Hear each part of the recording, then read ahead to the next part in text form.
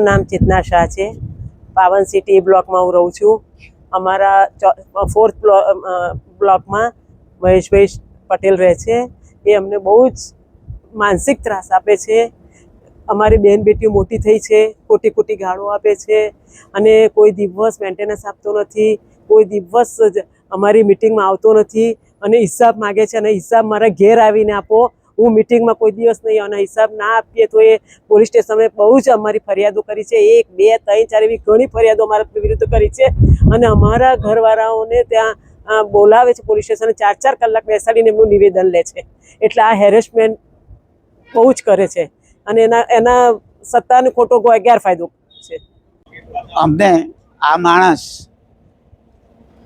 એટલો બધો હેરાન પરેશાન કરી રહ્યો છે કે અમારી બેન દીકરીઓ, અમારા નાના નાના છોકરાઓને પણ પેલો ગબ્બર આવ્યો એમ છોકરાઓ સંતાઈ જાય છે અને ખોટા રીતે ગાળાગાળી કરી અને લોકોને હેરાન પરેશાન કરી રહ્યા। હું આ માટે એટલું જ કહીશ કે અમને આ ત્રાસમાંથી છોડાવે અને આ મીડિયા દ્વારા એને કોઈક સદબુદ્ધિ આપે અને અમારું જે પાવન સિટીમાં અમારો બ્લોક છે એની અંદર અમે સુખ શાંતિથી આટલી ઉંમરે રહીએ એટલી મારી અપેક્ષા છે। હું અનિલસિંહ સિસોદિયા પાવન સિટી બ્લોકમાં જ રહું છું, પ્રમુખ તરીકેનું સ્થાન ધરાવું છું।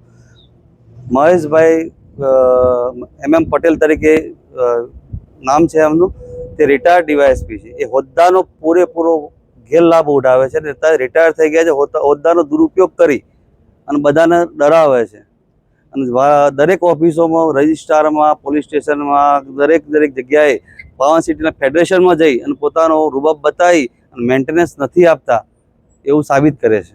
મારું નામ ભરતભાઈ શાહ છે।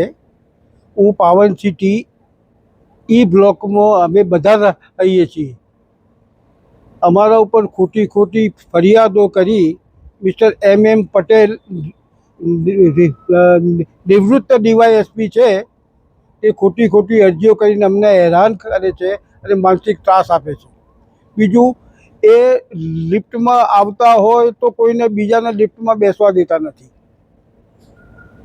અને એમની એટલી બધી એના માનસમાં એવું છે કે લોકો મારા નોકર છે અને હું કહું એમ જ થાય એવી એની કદી અમને પાવન સિટીના અમારા બ્લોકમાં એમને કદી મેન્ટેનન્સ આપ્યું નથી અને મેન્ટેનન્સ ના આપવા છતાંય પોલીસમાં અરજીઓ કરે છે, રજિસ્ટ્રારમાં અરજીઓ કરે છે, હિસાબો માગવાની આમ તેમ બીજી આડીઅવળી બહુ અરજીઓ કરી છે।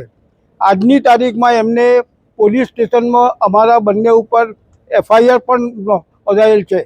એટલે અમે આજરોજ શ્રી ડીએસપી સાહેબની મુલાકાતે આવ્યા છીએ, SP સાહેબની મુલાકાતે આવ્યા છીએ। એમને બહુ સારો રિસ્પોન્સ આપ્યો છે।